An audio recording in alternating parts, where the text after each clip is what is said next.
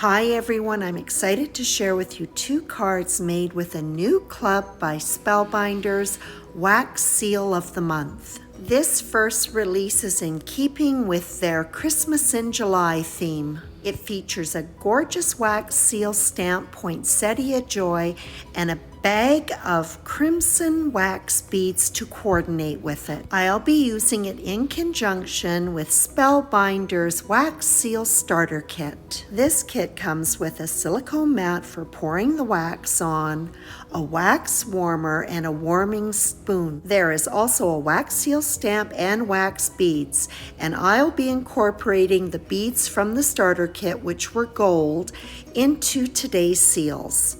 The only thing you need to add is your tea light candle. The one thing that you want to avoid is getting soot on the bottom of your spoon. It can really be a mess, and if you get it on your mat or fingers, it's surprisingly difficult to get off. Spellbinder's spoon is a nice shallow design which helps a lot. But in addition, I also trimmed the wick on the tea light to half. I would rather have a little bit more wax than I need than not enough. Typically, I'll start by melting 5 wax beads. As it's melting, I do give it a stir. I've cut up a number of skewers into small pieces. The wax needs to be the right consistency, very liquid-like. You want to avoid, however, it overheating and forming bubbles because that will show in your seal. Because the seal is oval shaped, I'm going to pour my wax into an oval. The seal is centered over the wax puddle and it is set down, not pushed down. The wax needs to set up, and that does not take a long time, about 15 to 20 seconds. This first seal was done with the wax beads that came with the kit of the month. I have an extra warming spoon, and so I've got those gold wax beads melting, and I had a seal that didn't turn out quite to my liking, so the great thing is you can just cut it up and use it again. This time I'm going to create a marble effect. I'm not doing any stirring at this point, I'm just pushing that red wax down. And when it starts to liquefy, then I'm just going to do some gentle swirls. And my wax looks like it's the right consistency, so I pour it into an oval onto my mat and set the wax seal stamp on top of it. Used all of the wax in this batch, and while my seal is setting up, I just take some paper towel and give my spoon a good wipe. And my wax seal was certainly sitting longer than 20 seconds, but it's no problem, it pops off. And I had some additional red wax in my other warming spoon, and so I added another bead of red and gold, and I'm going to create a third seal with that marbled effect.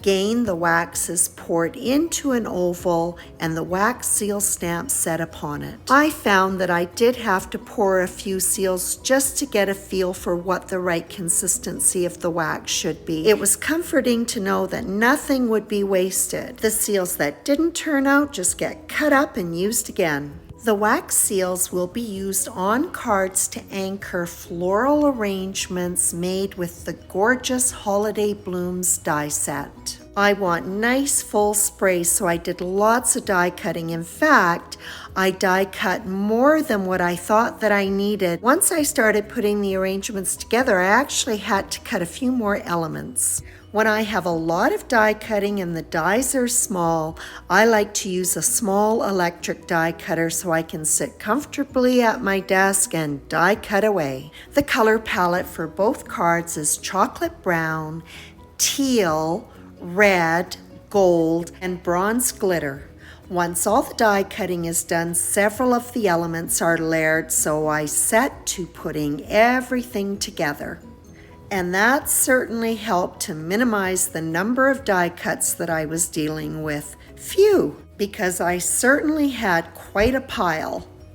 I just used a few accents of the bronze glitter cardstock. It just added some beautiful holiday sparkle that I love.